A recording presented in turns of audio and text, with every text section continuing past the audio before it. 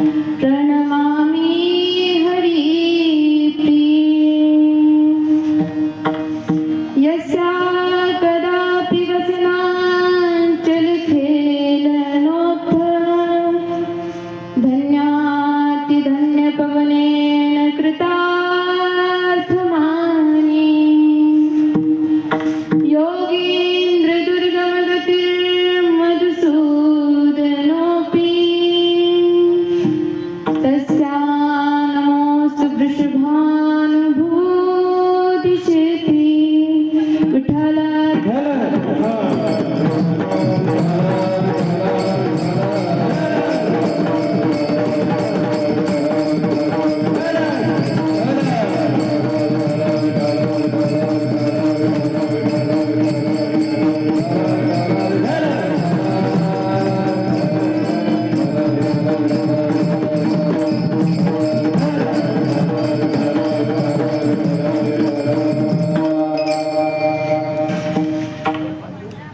प्रस्तुत प्रसंगी सेवेकरिता निवडलेला अभंग संत श्रेष्ठ देहू निवासी जगद्गुरु संत श्री तुकाराम महाराजांचा 3 चरणाचा हा अभंग आहे आणि भगवंताच्या बाल क्रीडा ज्या ठिकाणी तुकाराम महाराज वर्णन करतात त्या प्रसंगातला हा काल्याच्या सेवेकरता निवडलेला अभंग.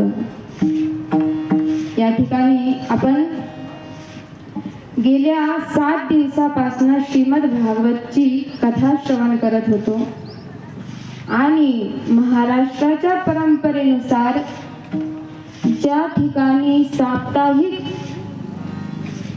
उत्सव साजरा केला जातो त्या ठिकाणी सप्ताहाची सांगता ही काल्याच्या कीर्तनाने केली जाते. काला कशाला म्हणायचं? संत भक्त सांगतात जीवाचं आणि शिवाचं किंवा जीवात्मा आणि भगवंत यांची ज्या ठिकाणी भेट होते तो म्हणजे काला.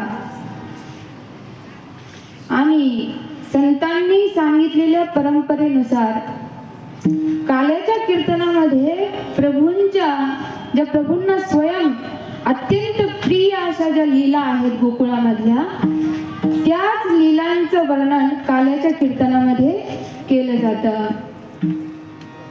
चरित्र ते उच्चारावे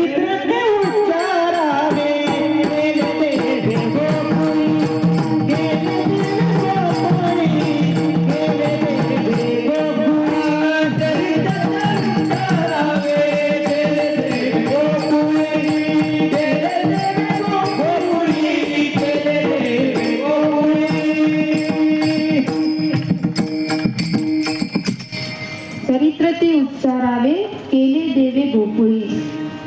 गोकुळातल्याच लीला का गायल्या जातात काल्याच्या कीर्तनामध्ये? तर सांगतात की स्वयं भगवंतांना सुद्धा त्या सुख देतात. त्या लीला जेव्हा भगवंत आपल्या भक्तांच्या मुखामधून श्रवण करतात तर त्या ठिकाणी भगवंतालाही खूप सुख प्राप्त होतं त्या लीलांमधून. म्हणूनच केवळ भगवंताच्या गोकुळातल्याच लीला गायल्या जातात.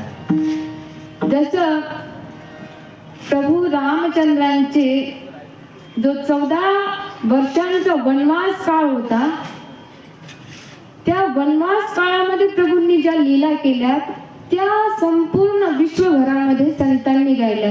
अन्य राजामध्ये जेव्हा भगवंत रामचंद्र हे अयोध्यामध्ये राजा झाले त्यानंतरच्या लीला भक्त गात नाही एवढं जेवढ्या लीला भगवंताच्या त्या वनवास काळामधल्या लीला गायल्या जातात. कारण भगवंताला आपल्या भक्तासोबत जो भगवंत लीला करत असतो त्याचं जेव्हा भगवंत श्रवण करतो तर भगवंतालाही सुख प्राप्त होतं.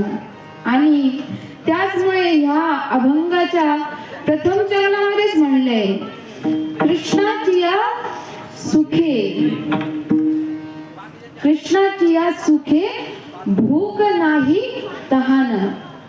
कृष्ण, कृष्ण कोण? कृष्ण कुणाचं नाव आहे? कृष्ण. कृष्ण कुणाला म्हणतात? तर गर्ग संहितामध्ये गर्गाचार्यजी म्हणतात जो युग पुरुष आहे, जो प्रत्येक युगामध्ये आपल्या भक्तांचं रक्षण करण्यासाठी दुष्टांचा संहार करण्यासाठी जो अवतार घेत असतो तो कृष्ण. कर्षति भक्तानां चित्त इति कृष्ण. जो भक्तांच्या चित्ताचं बलात् आकर्षण करून घेतो त्याचं नाव आहे कृष्ण. आपल्या सगळ्यांच्या शरीरामध्ये आत्म्या रूपाने निवास करणारा तो कृष्ण. वाचको शब्दः रश्च निवृत्तिवाचकः तयोर ऐक्यम परम ब्रह्म। जो सर्वत्र विद्यमान आहे, ज्याची सर्वत्र सत्ता आहे आणि जो सदचित आनंद घन स्वरूप आहे तो कृष्ण। त्याच कृष्णाच्या सुखासाठी किंवा त्या कृष्णाच्या सुखामध्ये काय स्थिती होती म्हणे, भूक आणि तहान विसरते, भूक तहान लागत नाही। पहा, कृष्ण सुख कशाला म्हणायचं? कृष्ण सुख म्हणजे काय? तर गौडीय संप्रदायामध्ये जे आचार्य आहेत श्री चैतन्य महाप्रभूजी, त्यांनी म्हणलंय कृष्ण सुख वांछा हेतु प्रेम तो प्रबल, स्वसुख वांछा हेतु काम तो प्रबल। ज्या ठिकाणी कृष्ण सुखाच्या इच्छेने कोणतंही कर्म केलं जातं त्या ठिकाणी त्या क्रियेला सुद्धा, त्या कर्माला सुद्धा प्रेमाचं नाव दिलं गेलं। आणि आपण स्वतःच्या सुखासाठी जी काही गोष्टी करतो, जी काही क्रियाकलाप करत असतो त्याचंच नाव काम आहे। परंतु संसारामध्ये आज वर्तमान स्थितीमध्ये पाहिलं जातं, खूप सहजतेने लोक या शब्दाचा प्रयोग करतात, आमचं तुमच्यावर खूप प्रेम आहे। मुलं मुली आपसामध्ये म्हणतात माझं तुझ्यावर खूप प्रेम आहे, परंतु त्या ठिकाणी प्रेमाचा लेश सुद्धा नाहीये। कारण त्या ठिकाणी मुळामध्ये काय आहे, काम वासना, स्वतःच्या सुखाची इच्छा आहे। संसारामध्ये प्रेम हा शब्द कधी घटूच शकत नाही, कारण संसारामध्ये केवळ स्वार्थ आहे। प्रत्येक व्यक्ती आपल्या स्वार्थाने इतरांना प्रेम करतो, प्रेम हा शब्द त्या ठिकाणी शोभत नाही। प्रीति की रीत रंगीलो ही जाने, के जाने वृषभान नंदिनी, के जाने वह कानळकारो। प्रेम जे आहे, प्रेम कोणती पद्धतीने केलं पाहिजे, काय प्रेमाची रीती आहे, हे केवळ आणि केवळ भगवंत जाणतात। प्रेम सुख देई, प्रेम सुख देई, प्रेम सुख देई, प्रेम सुख देई, प्रेम सुख देई, प्रेम सुख देई,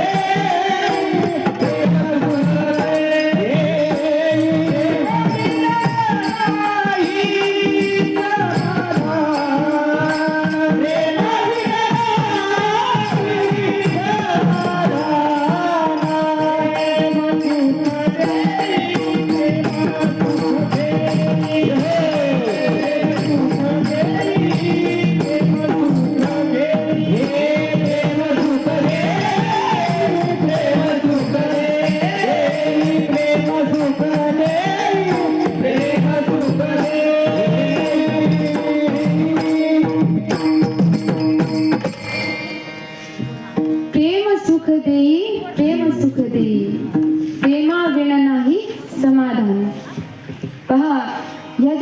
प्रत्येक जीव जो आहे ना तो प्रेमासाठी असुसलेला आहे। आणि प्रेम ही संसारामध्ये घटत नाही, ते केवळ भगवंताच्या भक्तीमध्येच घटतं। भगवंताची भक्ती जेव्हा करतो व्यक्ती तेव्हा त्याला प्रेमाची प्राप्ती होऊ शकते। बाकी संसारामध्ये केवळ निव्वळ स्वार्थ आहे। जर आपल्याला प्रेमाची अपेक्षा आहे, आपल्याला वाटतं की आपण प्रेम अनुभवावं, तर नक्कीच भगवंताचंच आपण चिंतन केलं पाहिजे, भगवंताचीच भक्ती केली पाहिजे। तेव्हा कुठं आपल्या अंतःकरणामध्ये प्रेमाचा अनुभव होऊ शकतो। आणि जेव्हा प्रेम आपल्या हृदयामध्ये प्रगट होईल प्रभूंप्रती, तेव्हा निश्चित रूपाने आपलं समाधान होऊ शकतं। प्रत्येक व्यक्ती जी कर्म करते ती कशासाठी करते? विदुरांनी जेव्हा मैत्रेयींना प्रश्न विचारला, आपण भागवत कथेमध्ये श्रवण केलंच आहे, सुखाय कर्माणि करोति लोको न ते सुखम वा अन्यद उपारमं वा विंदेत भूयस्ततेव दुःखम। हे भगवान मैत्रेय ऋषींना विचारतात, विदुरजी सुखाय कर्माणि करोति लोको, या संसारामध्ये प्रत्येक व्यक्ती कशासाठी धडपड करतोय? सूर्यास्त झाल्यापासून सूर्यास्त होईपर्यंत प्रत्येक व्यक्ती जी काही कर्म करतो ती कशाच्या इच्छेने करतो? सुखाच्या इच्छेने करतो, की मला ह्या कर्मापासनं ह्या क्रियेपासनं सुख मिळेल. तो लग्न करतो सुखासाठी, संतान उत्पत्ती करतो सुखासाठी. परंतु कुणीही सांगावं आजपर्यंत ह्या सगळ्या गोष्टी करून सुख मिळालं का कुणाला? सुखाचा विचार नाही कोठे, सुखाचा विचार नाही कोठे, हे सुखाचा विचार नाही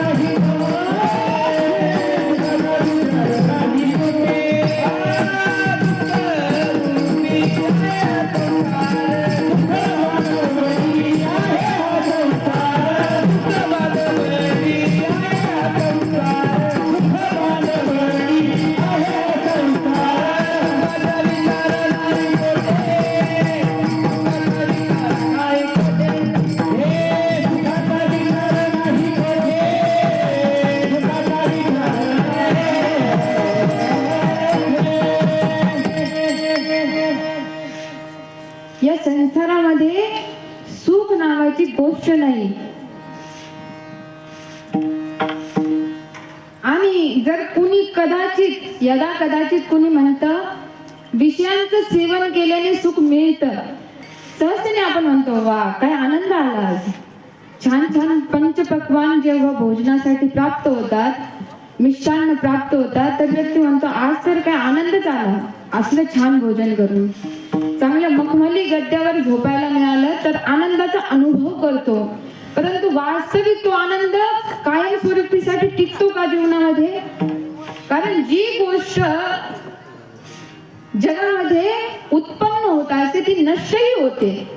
त्यामुळे आनंदाचं स्वरूप उत्पन्न होऊन नष्ट होणं नाहीच आहे. आनंद नित्य शाश्वत आहे. प्रत्येक व्यक्ती खऱ्या आनंदाचा अनुभव तेव्हाच करू शकतो जेव्हा सत्स्वरूप भगवंताशी तो जोडला जाईल. त्या ठिकाणी त्याचमुळे म्हणतात की संसाराच्या ह्या दुःख रूपी सागरामध्ये प्रेम नावाची गोष्ट नाहीये. आता पहा,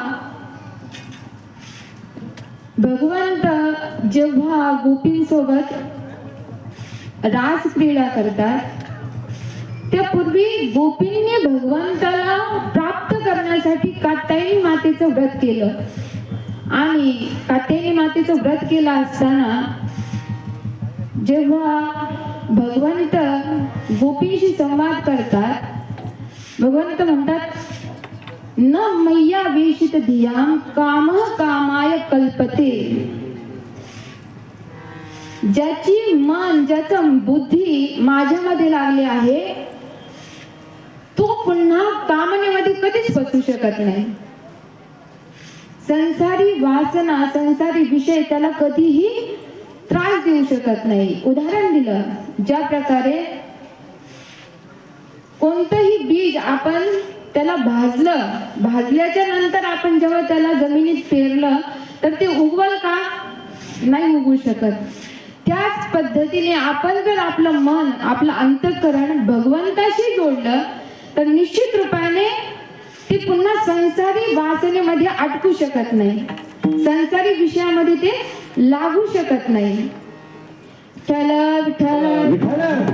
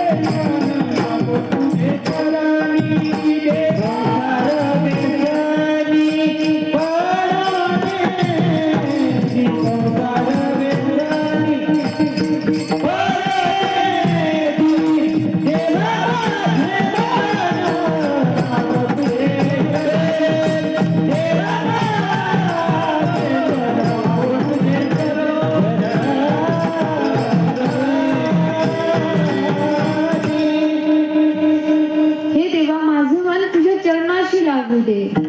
या संसारिक विषय वासनांमध्ये माझं मन कधीच फसून देऊ नको. भक्ताचं मागणं हे असतं. आणि आपण जेव्हा भगवंताकडे मागतो तर हमेशा विषयच मागतो की हे प्रभू, माझा संसार सुखाचा होऊ दे, माझे मुलं बाळ चांगल्या नोकरीला लागू दे, माझ्या घरी धन वाढावे संतान गृही वाढे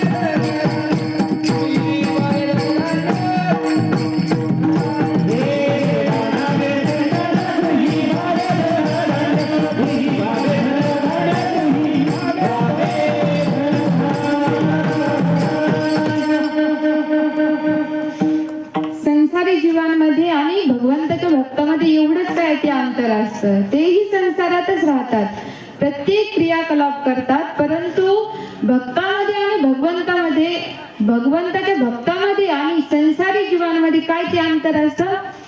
संसाराला सोडूच इच्छित नाही संसारी जीव, आणि भगवंताचे भक्त जे असतात संसारात राहून सुद्धा सदैव त्या कमळाच्या पानासारखे असतात, जे पाण्यामध्ये राहतं परंतु त्याला पाणी कधीही स्पर्श करत नाही.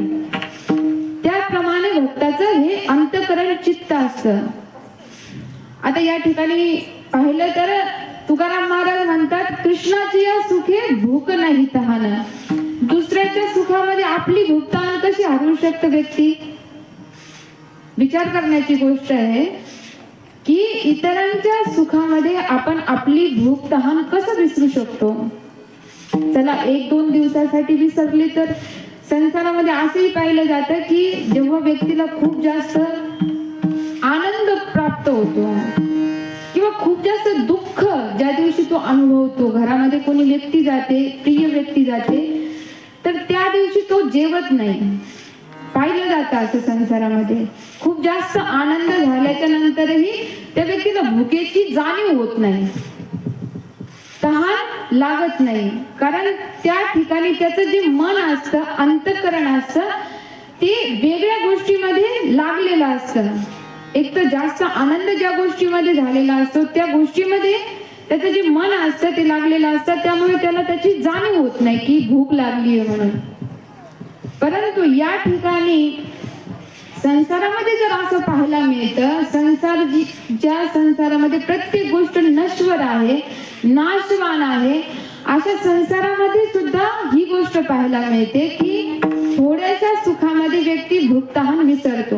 तर या ठिकाणी तर आत्मसुख कृष्ण सुख म्हणे जीवा तुरधरे भूक, ज्ञान विधान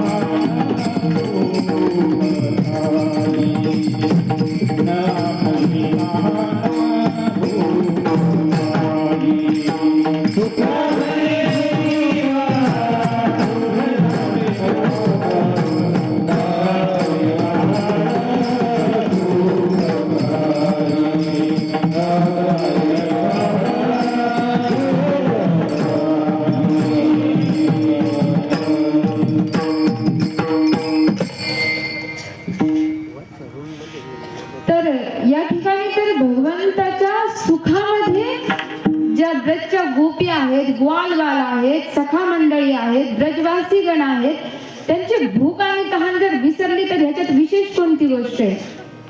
पहा, भूक आणि तहान जो धर्म आहे तो शरीराचा धर्म आहे. या जड शरीराचा धर्म आहे की त्याला भूक आणि तहान लागते, परंतु या शरीराच्या खूप जास्त वरती आत्म्याची स्थिती आहे. शरीर हे जड आहे, नश्वर आहे, एक ना एक दिवस हे नष्ट होणार आहे, आणि जड असल्यामुळे त्याच्यामध्ये भावना, इमोशन ह्या गोष्टी असू शकत नाही. भूक लागते, तहान लागते हे शरीराला कळतं. तो गुणधर्म शरीराचा आहे, आत्म्याचा नाही. आत्मा जीवेर स्वरूप नित्य कृष्णदास. जी जीवाचं स्वरूप आहे, शाश्वत स्वरूप जे आहे ते भगवंताचा नित्यदास आहे. ईश्वर अंश जीव अविनाशी, चेतन अमल सहज सुख राशी. जीवात्मा जो आहे ना तो नित्य शुद्ध आहे, निर्मल आहे, शांत आणि भगवंतामध्येच रमण करणारा आहे. आणि जेव्हा व्यक्ती त्या आत्मसुखाचा अनुभव करतो तर ह्या जड शरीराचे गुणधर्म त्याला बाधित करू शकत नाही. प्रकट लीलेमध्ये भगवंत जेव्हा वृंदावनामध्ये लीला करतात त्या ठिकाणी गोपी त्यांना पाहतात, ग्वाल त्यांच्याशी खेळतात आणि प्रत्यक्ष भगवंत त्यांच्यासोबत लीला करतात. त्यामुळे त्यांची भूक तहान विसरली यात मोठी गोष्ट नाहीये, कारण साक्षात परमात्मा जो सर्वोपरी आहे, सर्वांचा आत्मस्वरूप आहे, तो त्यांच्याशी नित्य खेळतो, बोलतो, बागडतो. तर त्यांना कशाला ही शरीराचे धर्म बाधित करतील. मनुष्यांचं सोडा, जेव्हा भगवंत गोचारण करण्यासाठी जातात, गाया चारायला घेऊन जातात वनामध्ये, तर त्या ठिकाणी वर्णन येतं भागवतम मध्ये की भगवंत जेव्हा आपली अधरांवरती वेणू वादन करतात, मुरलीचं वादन करतात, तर ते मुरलीची ध्वनी ऐकून त्या जंगलामधले जेवढे पण जीव जंतू आहेत, पशु पक्षी आहेत, ते सुद्धा आपलं देह भान विसरतात. माणसांचं सोडून द्या, मनुष्यांचं सोडून द्या, परंतु जे या जंगलामध्ये वावरणारे पशु पक्षी आहेत, यमुना जी आहे, पहाड आहे, वृक्ष आहे, लता आहे, ते सुद्धा आपलं देह भान विसरतात. म्हणतात भगवंताचे जेव्हा वेणुवादन सुरू होतं ना, एखादं वासरू जर आपल्या गाईचं दूध पित असेल ना, त्याच्या मुखामध्ये दूध आहे आणि भगवंताची तेवढ्याच कानावरती त्याच्या ध्वनी पडली मुरलीची. आणि जेव्हा कानावरती ती मुरलीची ध्वनी पडते ना, तर ते वासरू ते तोंडातलं दूध आतमध्ये गिळायचे, आतमध्ये पोटामध्ये न्यायचं हे सुद्धा विसरून जातं. ही स्थिती होती. ती भूक आणि तहान हा शरीराचा धर्म, शरीराच्याही वरती जेव्हा अंतःकरण स्थित होऊन जातं त्यावेळेस हा जो भूक आणि तहानेचा धर्म आहे तो त्या व्यक्तीला बाधा पोहोचत नाही, पोहोचू शकत नाही. सगळ्यात मोठं उदाहरण पाहायचं झालं तर जेवढे तुम्ही भक्तांचे चरित्र पाहताल, प्रत्येक भक्तांच्या चरित्रामध्ये तुम्हाला पाहायला मिळेल की त्याला शरीराचे धर्म एवढं बाधा पोहोचवत नाही. जेवढे साधारण संसारामधले मनुष्य जेवढे प्रयासरत असतात की आज काय खायला बनवायचं, आज काय करायचं, सतत त्यांचं चिंतन तेच चालू राहतं की आज काय बनवणार, आज काय खाणार. परंतु भगवंताचा भक्त या संसाराच्या तुच्छ विषयांकडे एवढं लक्ष देत नाही आणि त्याचं नित्य मन भगवंतामध्ये लागला असल्यामुळे त्याला भूक आणि तहानही जाणवत नाही. त्या ठिकाणी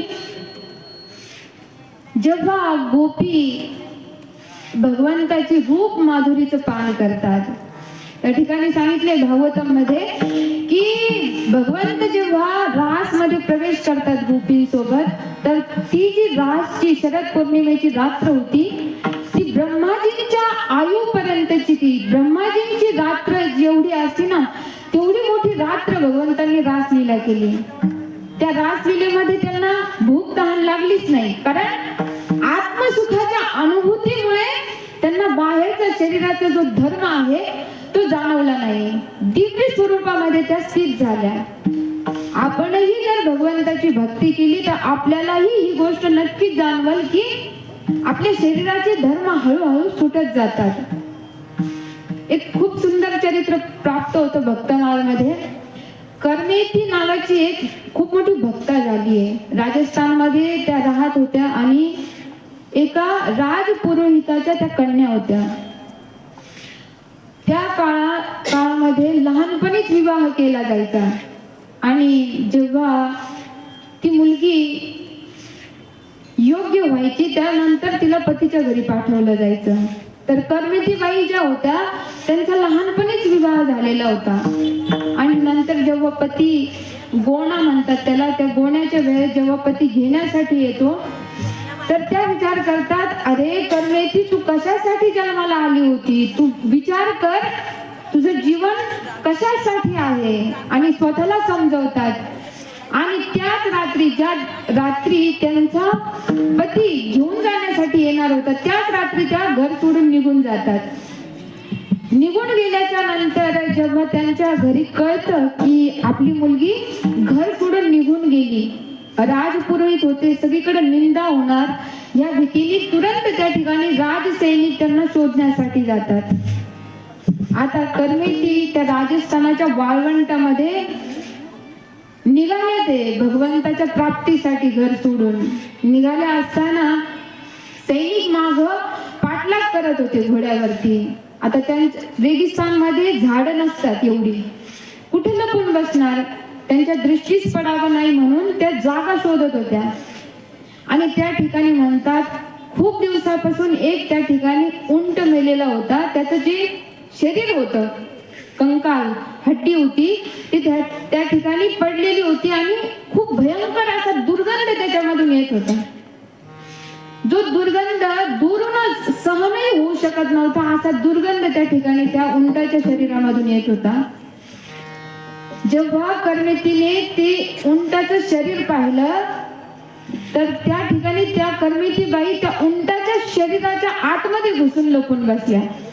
पहा, ज्या उंटाचा 2-3 किलोमीटर दूरपर्यंत दुर्गंध येत होता, त्या उंटाच्या शरीरामध्ये जाऊन त्या लपून बसल्या। कोणत्या सुखासाठी? कृष्ण सुखासाठी। संसारी जे विषय आहेत ना ते आपल्याला सतवतात, संसारी जे विकार आहेत ना ते आपल्याला कष्ट पोहोचवतात। त्या ठिकाणी जेव्हा सैनिक त्या ठिकाणी शोधत येतात कर्मेतीला, लांबूनच ते पुन्हा वापस जातात, कारण त्यांना सहनच होत नाही तो दुर्गंध। परंतु त्या दुर्गंधामध्ये 3 दिवस कर्मेतीबाई राहिल्या। संसारी जे विकार आहेत ना भक्ताला कधीच ते कष्ट पोहोचवत नाही। ज्या दुर्गंधाला सैनिकांनी एक क्षणासाठी सहन करू शकले नाही, ते म्हणे या ठिकाणी कसे असणार ती, आणि ते दुर्गंध बघूनच ते वापस पुन्हा जातात। कर्मेतीबाई जेव्हा वृंदावन मध्ये येतात, पहा ज्यांचं वय अतिशय अल्प आयु आहे, कन्या आहेत अजून, त्या ठिकाणी यमुनामध्ये स्नान करतात आणि जेवढी लग्नासाठी त्यांच्या शरीरावरती वस्त्र आभूषण घातलेली होती, ते म्हणे ही भक्तीमध्ये बाधच आहे, सगळे दान देऊन टाकतात दुसऱ्यांना, आणि झाडाची वाळलेली पानं शरीरावर गुंडळतात। राहण्यासाठी जागा नव्हती, झाडावरती रात्री त्या काळामध्ये खूप भयंकर असं मोठं जंगल होतं। वृंदावन म्हणजे दिवसा जाण्यासाठी पण घाबरायची लोक, एवढं भयंकर घन जंगल होतं। त्या ठिकाणी हिंसक पशु पक्षी सुद्धा होते त्या जंगलामध्ये। ती एवढीशी कन्या त्या ठिकाणी एकटी भगवंताच्या सुखासाठी, भगवंताचं सुख प्राप्त झालं म्हणून एकटी त्या जंगलामध्ये त्या ठिकाणचे झाडांचे वाळलेली पानं शरीरावर लपेटून त्या जंगलामध्ये भजन करायच्या। काय मिळत असेल त्यांना? कृष्ण सुख। कृष्ण सुखामध्ये संसारी विषय सहजतेने सुटून जातात। भगवंताच्या भक्तीमध्ये, भगवंताच्या प्रेमामध्ये हे शरीराचे विषय बाधक कधीच होऊ शकत नाही। जो भगवंताची शरणागत होऊन जातो त्याला हे संसारी विषय कधीही कष्ट देऊ शकत नाही। त्यामुळे कृष्णाची या सुखे भूक नाही तहान। मुरली वादन जेव्हा ते यमुनेमधले हंस, सारस पक्षी ऐकतात ना, ते सुद्धा मौन होऊन जातात, मौन होऊन भगवंताची ती वंशीनाद श्रवण करतात। गोपी जेव्हा भगवंत गोचारण करण्यासाठी जातात तर तो जो विरह असतो, त्या म्हणतात त्रिटिर्युगायते त्वाम अपश्यताम। हे भगवंता, तुझं जे आम्हाला दर्शन प्राप्त होत नाही जेव्हा तू गाया चारवण्यासाठी जातो, तर आमच्यासाठी तो काळ इतका कठीण होऊन जातो म्हणे। त्रिटिर्युगायते त्वाम अपश्यताम। एक त्रिटी म्हणजे खूप छोटासा जो काळ आहे, क्षणापेक्षाही छोटासा जो काळ आहे, तो युगांसारखा वाटतो। आणि एक युग गेलेत, आम्ही कृष्णाला पाहिलं नाही। काहीतरी सकाळी भगवंत गोचारण करण्यासाठी निघाले असतात, तेव्हा दर्शन करतात, आणि गेल्याच्या नंतर एक एक तो त्रुटीचा काळ सुद्धा त्यांना युगांप्रमाणे भासतो. युग गेले जसं आम्ही भगवंताला पाहिलंच नाही.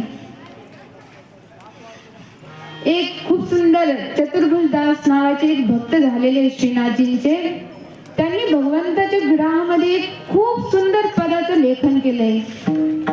श्री गोवर्धन वासी सावरलाल, तुम बिन रहो न जाय, तुम बिन रहो न जाय सावरे, तुम बिन रहो न जाय. ब्रजराज ललिते लाडिले लाल, तुम बिन रहो न जाय, तुम बिन रहो न जाय लाडिले, तुम बिन रहो न जाय. म्हणतात जेव्हा कुंभनदासजी त्यांचे वडील होते, कुंभनदासजींना एकदा विठ्ठलनाथ गोसाईजी विचार करतात, त्यांच्याकडे धनसंपत्ती नाहीये, धनसंपत्तीचा अभाव आहे आणि हे खूप मोठं कुटुंब आहे, यांचं पालन पोषण निर्वाह होण्यासाठी धनाची आवश्यकता आहे, तर यांना आपण आपल्यासोबत गुजरातमध्ये यात्रासाठी घेऊन जाऊ, भक्त काही ना काही सेवा देतील. हा विचार करून जेव्हा कुंभनदासजींना म्हणतात तुम्ही माझ्यासोबत चला म्हणे यात्रेसाठी, तर कुंभनदासजी केवळ गिरिराजजींचं श्रीनाथजींचं दर्शन करून केवळ खाली उतरले होते आणि खाली उतरल्याच्या नंतर थोडस दूर गेले होते फक्त. त्या दिवशी त्या ठिकाणी पडाव पडला असताना सगळेजण आपल्या आपल्या कामामध्ये व्यस्त होते आणि कुंभनदासजींना एवढा विरह झाला भगवंताचा, एवढा विरह झाला की मोठ्याने रडायला लागले, खूप व्याकुळ झाले. एक भक्ताने पाहिलं कुंभनदासजी रडू राहिले, जाऊन तुरंत विठ्ठलनाथ गोसाईंना सांगितलं की कुंभनदासजी खूप भयंकर असे रुदन करू राहिले. ते विठ्ठलनाथ गोसाईंनी त्यांना पुन्हा बोलवलं आणि बोलवलं म्हणे काय झालं. म्हणे मी माझ्या श्रीनाथजींचं असं वाटतं खूप युग निघून गेलेत, मी दर्शन नाही केलं माझ्या श्रीनाथजींचं, फक्त खाली उतरल्याच्या नंतर ही स्थिती आहे, तर मला तुम्ही पुढे घेऊन झालं तर मी प्राण सोडून देईल म्हणे, मी माझ्या श्रीनाथजींना पाहिल्याशिवाय राहू शकत नाही. विठ्ठलनाथ गोसाईंनी ते पाहिलं आणि ते म्हणे तू नको येऊ म्हणे, काही आवश्यकता नाही, तू इथंच राहा. जेव्हा त्यांच्या एका मुलाला एक वाघ त्याचं शरीर खाऊन टाकतो आणि जेव्हा कुंभनदासजींना हे कळतं समाचार की आपल्या मुलाला वाघाने खाल्लंय, त्या ठिकाणी चक्कर येऊन पडतात. ते चक्कर येऊन पडतात, तर जे अन्य भक्त होते त्या ठिकाणी ते पाहतात आणि ते म्हणतात अरे हे भक्त मनवतात स्वतःला, एवढी आसक्ती मुलामध्ये की मुलाचा मृत्यू ऐकून तुरंत हे बेशुद्ध झाले. तर त्या ठिकाणी सगळेजण जाऊन विठ्ठलनाथ गोसाईंना सांगतात की कुंभनदासजीच्या मुलांना वाघाने खाल्ले आणि ते बेहोश होऊन पडले.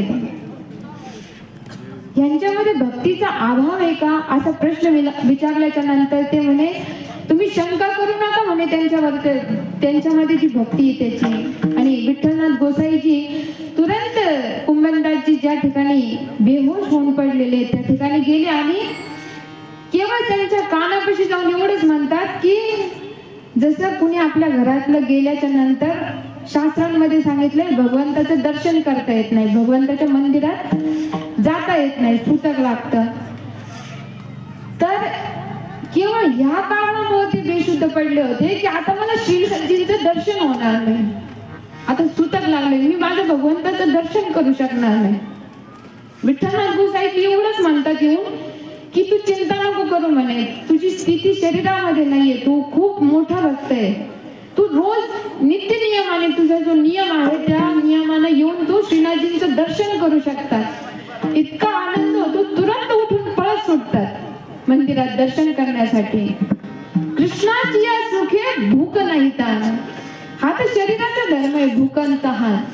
याच्याही पेक्षा श्रेष्ठ आहे, ह्याच्याही पेक्षा वरती साधारण मनुष्याची भूक तहानला सुटूही शकते, परंतु घरातली आसक्ती कधीच सुटू शकत नाही. गोपींची कृष्ण प्रेमामध्ये ती आसक्ती सुद्धा सुटली आहे. जेव्हा कपिल भगवंत देवहूती मातेंना सांख्य योग शास्त्र सांगतात त्या ठिकाणी प्रसंगम अजरम पाशम, प्रसंग यानी आसक्ती जो आहे ना तो अजर पाश आहे म्हणे, त्याला कोणी नष्ट नाही करू शकत. या संसारामध्ये आसक्ती कधीच कुणाची सुटू शकत नाही. एक तर त्या आसक्तीला कन्वर्ट करावं लागेल. ती आसक्ती जी आपण संसारामध्ये करतोय ती आसक्ती संसारातून काढून भगवंतामध्ये आपण लावू शकतो. आसक्ती कधीच सुटत नाही व्यक्तीची. एक कला शिकवली संतांनी की तुम्ही जी संसारामध्ये प्रेम आसक्ती केली ती संसारातून हटवून भगवंतामध्ये करा. नक्कीच तुमचं कल्याण होईल, मोक्षाचं द्वार तुमच्यासाठी उघडं होईल. तर कृष्णाची या सुखे भूक नाही तहान. कशाला सतवतील त्या गोपींना? हा जो शरीराचा धर्म आहे तो सतावू शकत नाही. सदा समाधान सकळांचे आणि त्यांच्या अंतःकरणामध्ये सदा समाधान आहे. गीतेमध्ये भगवंतांनी सांगितलेलं आहे, संतुष्ट सततम योगी.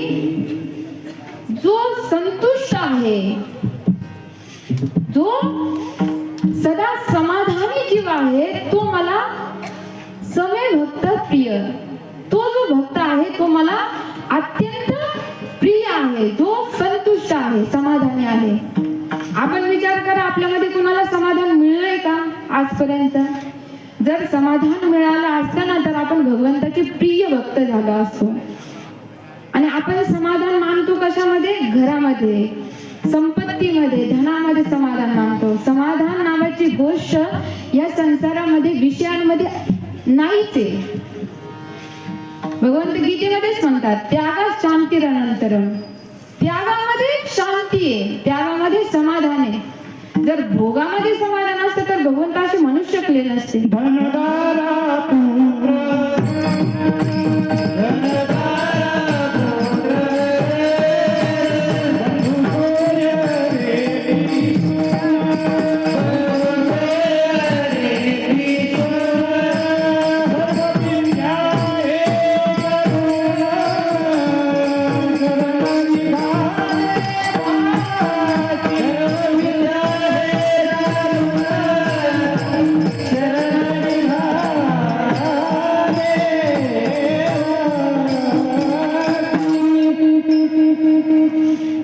धनदारा पुत्र जन, हे जितके पण धन, दारा, पत्नी, पुत्र सगळे संबंधी जे आहेत ना, हे सगळे आपल्याला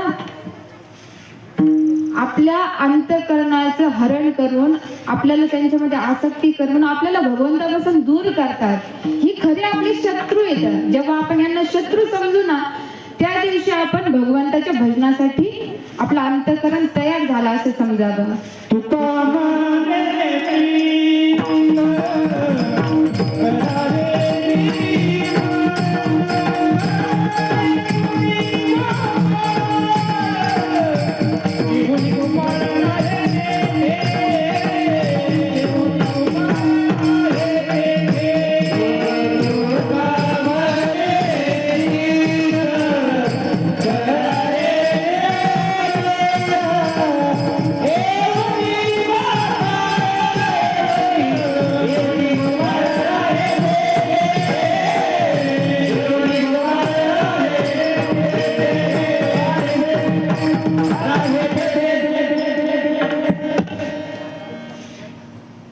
तुलसीदास गोस्वामीजी म्हणतात, रंक कहे राजा सुखी. रंक म्हणतात भिकारीला. भिकारीला असं वाटत असतं की राजा खूप सुखी आहे, त्याच्याकडे धनसंपत्ती वैभव आहे, माझ्यापेक्षा तो सुखी आहे. राजा कहे महाराजा सुखी. राजाला असं वाटतं की माझ्यापेक्षा संपत्ती महाराजांकडे जास्त आहे, त्याच्यामुळे माझ्यापेक्षा जास्त सुखी महाराजा आहे. महाराज कहे इंद्र सुखी. महाराज म्हणतात, मी तर संसाराचा मालक आहे, या पृथ्वीचा मालक आहे, पण माझ्यापेक्षाही स्वर्गाचा देवता जो इंद्र आहे ना तो जास्त सुखी असेल, त्याच्याकडे एवढं वैभव आहे, देवतांचा तो राजा आहे, तो सुखी आहे. इंद्र कहे चतुरानन सुखी. इंद्र म्हणतात, जे चतुर मुखवाले ब्रह्माजी आहेत ते सुखी आहेत. आणि चतुरानन कहे विष्णू सुखी.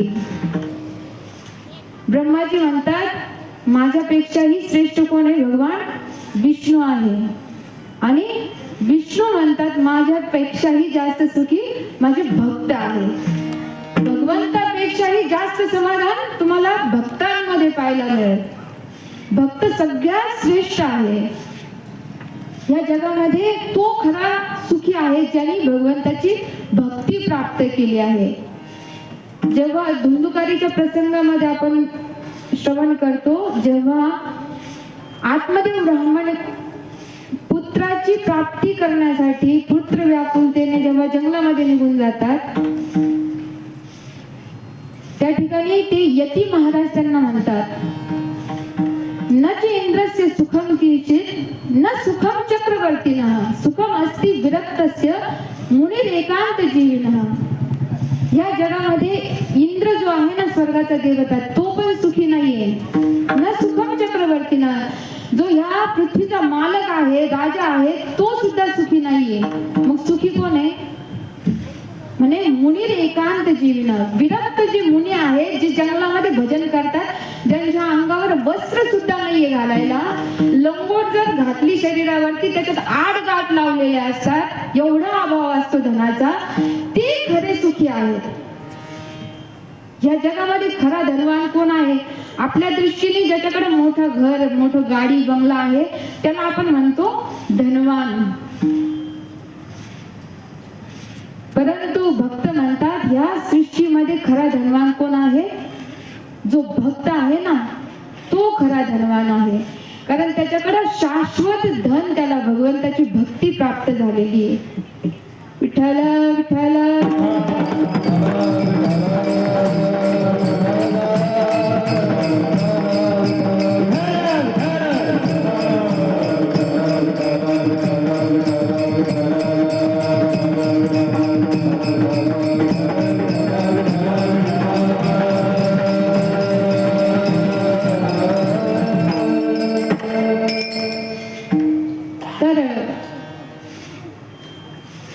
तुकाराम महाराज जे म्हणतात ते सगळ्यांना स्वीकार केलंच पाहिजे की खरं सुख कशात आहे? भगवंताच्या प्रेमामध्ये, भगवंताच्या भक्तीमध्ये.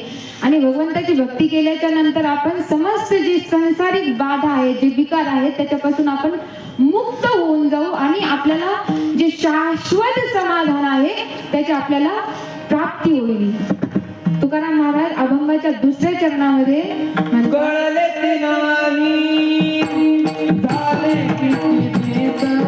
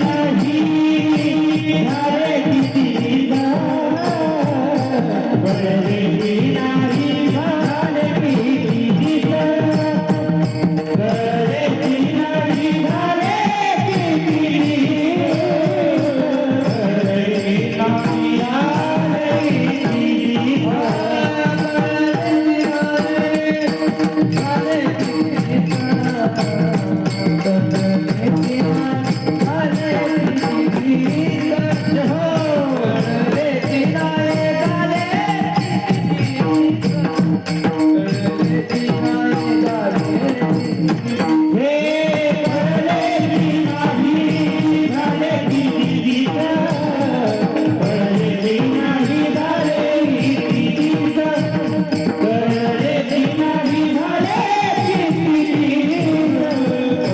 कळले नाही झाले हे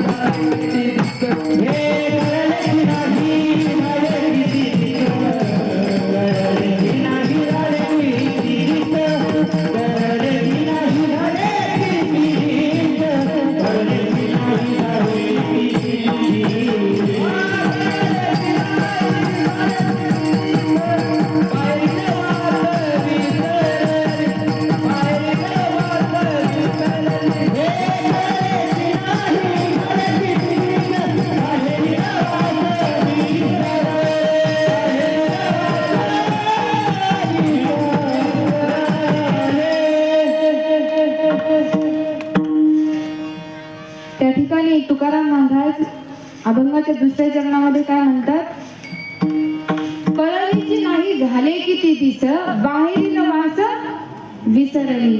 कळालंच नाही की किती दिवस निघून गेले. असं कधी होतं का आपल्याला?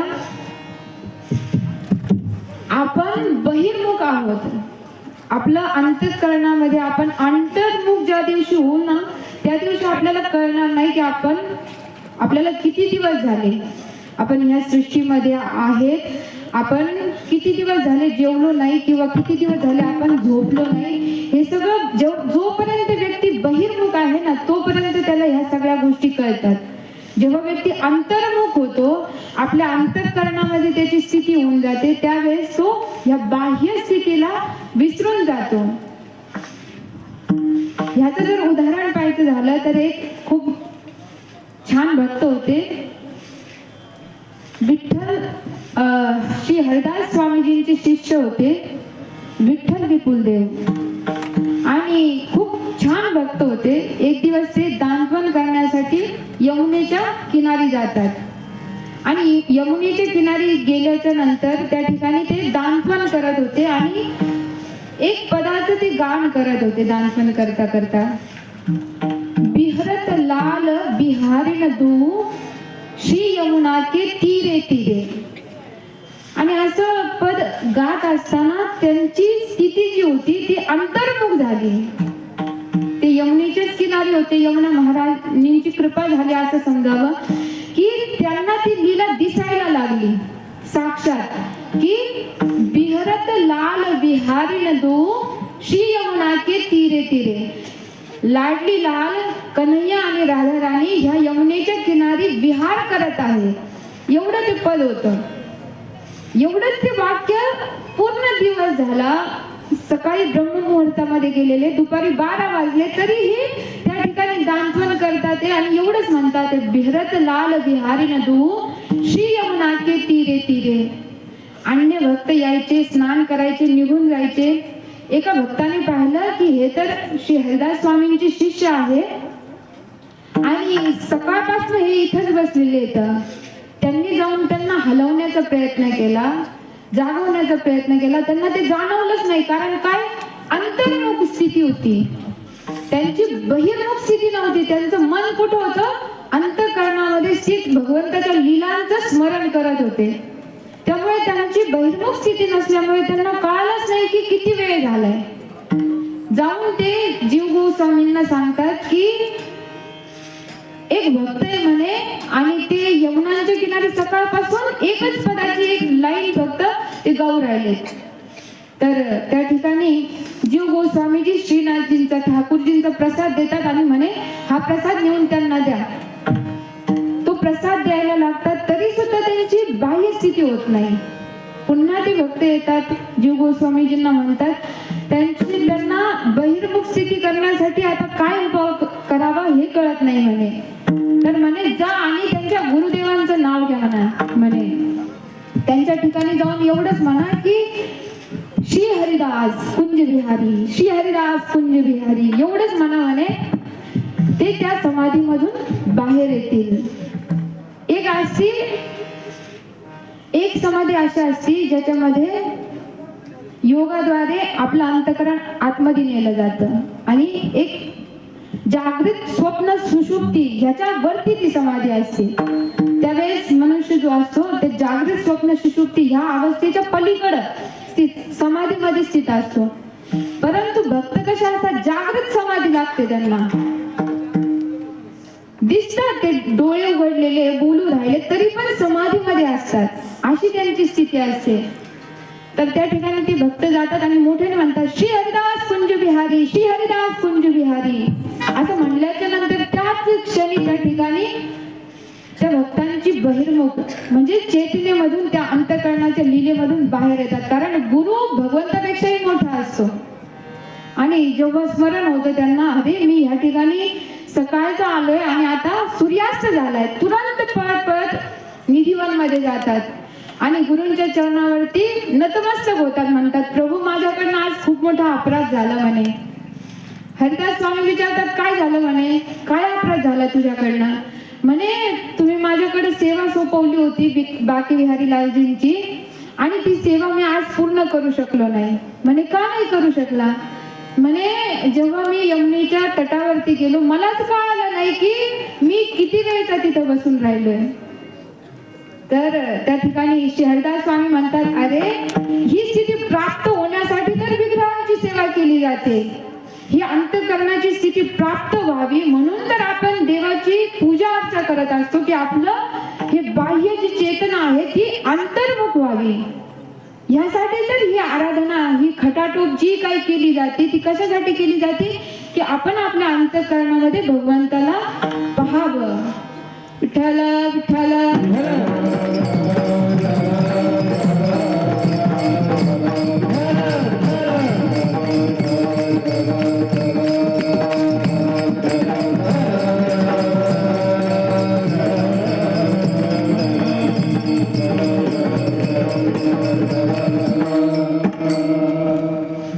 श्रीमद भागवतम मध्येच रंतीदेवांची कथा येते, ती आपण श्रवण नव्हती गेली. रंतीदेव एवढे मोठे भक्त होते, म्हणतात 48 दिवस त्यांना अन्नाचा कण सुद्धा मिळाला नव्हता खाण्यासाठी.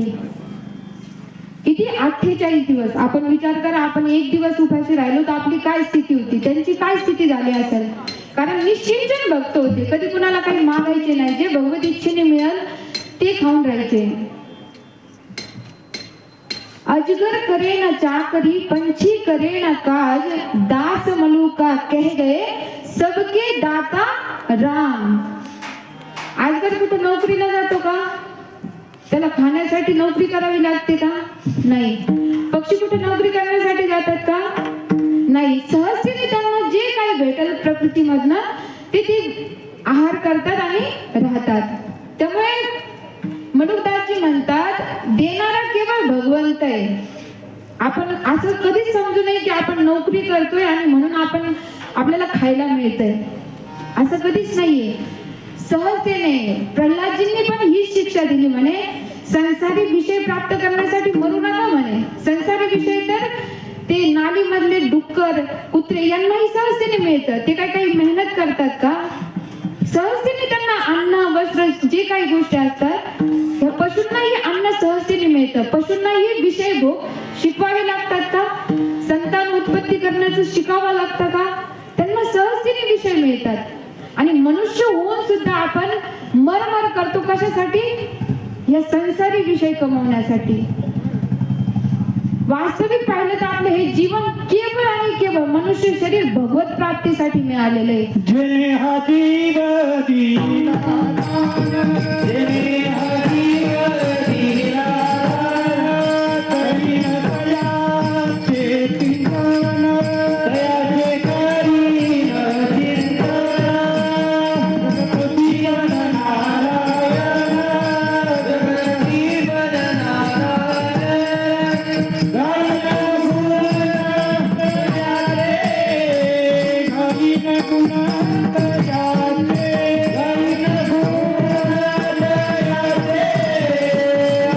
अभिमरेच्या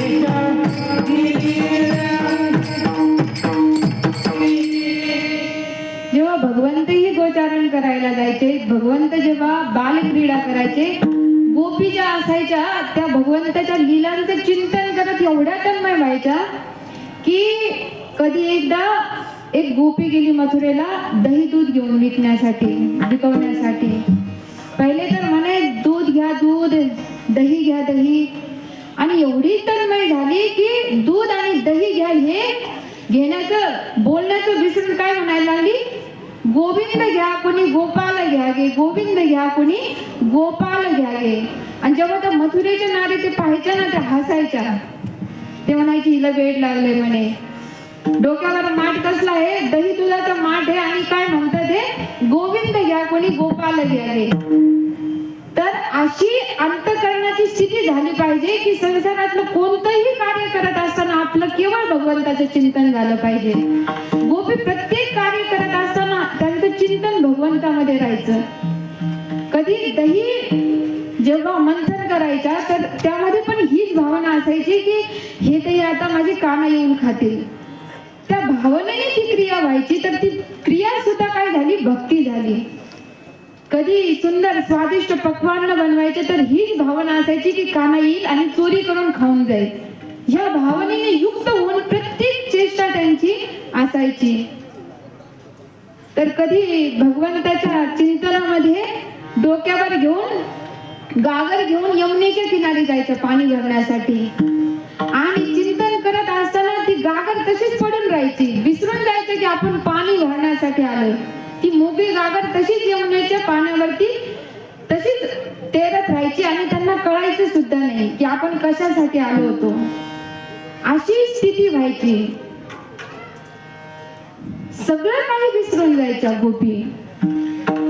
ही भगवंताच्या भक्तामध्येच किंवा भगवंताच्या भक्तीमध्येच ही सामर्थ्य आहे की व्यक्ती ह्या ज्या मानसिकतेवरून वरती जो निघतो ना ती किंवा भगवंताच्या भक्तीमध्येच शक्ती आहे। संसाराच्या कोणत्याच गोष्टीमध्ये एवढी शक्ती नाहीये। विठ्ठल विठ्ठल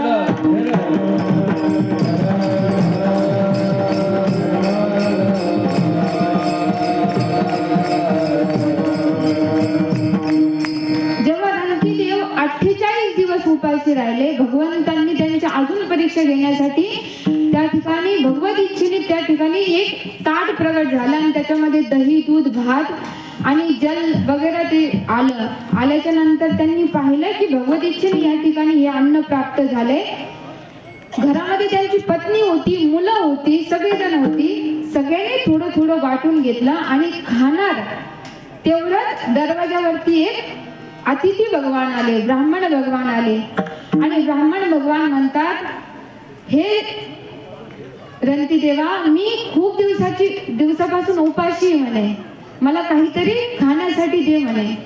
रणतीदेव ते खाण्याचं सोडून 48 दिवसापासून उपाशी आहे स्वतः, तरी सुद्धा ते जे अन्न प्राप्त झालं होतं त्याच्यातला काही हिस्सा त्या ब्राह्मण्य देवाला देऊन टाकतात। भगवंत एवढ्यानेच संतुष्ट नाही झाले, भगवंत अजून परीक्षा घेऊन राहिले।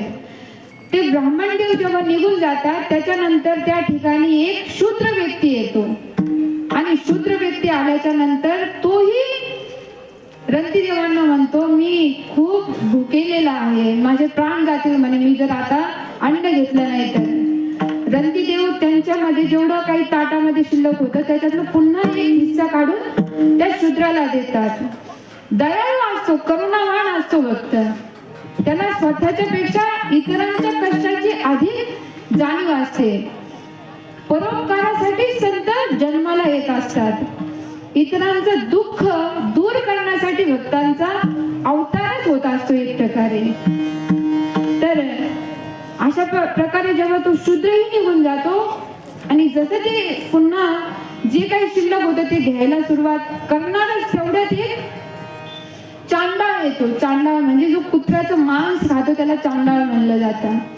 तो येतो आणि तो म्हणतो, माझा कुत्रा आणि मी खूप भुकेलेला आहे म्हणे, मला काहीतरी द्या म्हणे।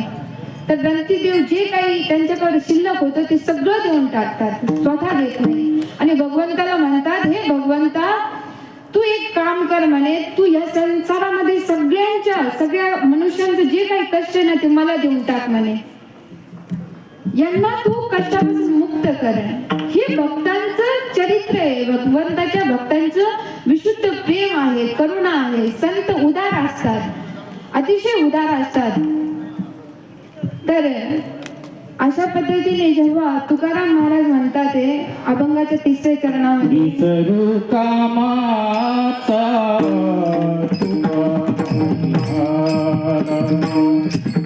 विसरू कामाचा तुका